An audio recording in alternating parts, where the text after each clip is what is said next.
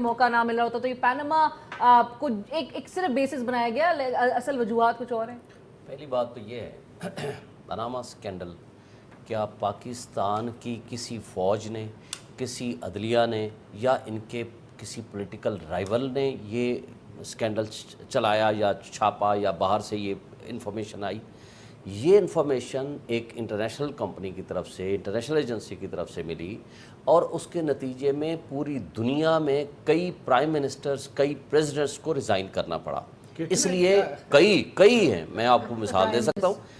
اب لیکن 2 سال لگے ادھر بھی کویسچن یہ ہے، وہاں سویلائزڈ لوگ ہیں جنہوں نے ریزائن کر دیا الزام آنے سے پہلے۔ یہاں یہ سویلائزیشن کا کانسیپٹ نہیں ہے۔ ایک سوال ایک سیکنڈ میں اپنی بات، کیا نواز شریف کو پاناما سکینڈل کی وجہ سے ہٹایا گیا؟ میں گزارش کروں اس بات کا میں جواب دیتا ہوں۔ پہلی بات تو یہ کہ جب آپ کے اوپر الزام لگا، آپ نے پارلیمنٹ میں کھڑے ہو کے کہا ہمارے پاس یہ ذرائع ہیں، یہ ہمارے پاس پوری دستاویزات موجود ہیں۔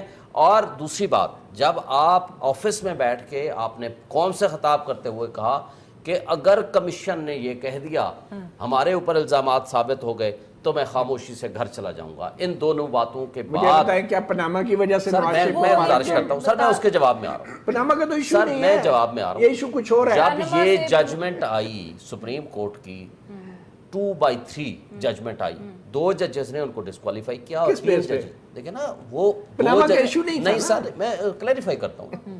2 ججز آصف سعید کھوسا اور جسٹس گلزار صاحب نے یہ کہا کہ انہی پاناما کے ہی انہی ایلیگیشنز کے اوپر ان کو کہا ڈسکوالیفائی ہیں، منارٹی پوائنٹ آف ویو، 3 ججز نے منارٹی ویو تھا، نوٹ تھا، فیصلہ نہیں تھا، 2 ججز کا آرڈر، 3 ججز نے جو ڈیفر کیا اور یہ کہا کہ نہیں، ہم ابھی اس کی فردر تحقیقات کرائیں گے تھرو جی آئی ٹی، مزید الیکشن تک لے کے جائیں گے، فوری فیصلہ نہیں کر سکتے۔ دیکھیں میرا سوال یہ ہے، جو فیصلہ ایک جج بشیر نے کر دیا، ایک چھوٹی عدالت، وہ 5 سپریم کورٹ کے ججز 10 مہینے میں وہ نہیں کر سکتے۔ یہ بھی تو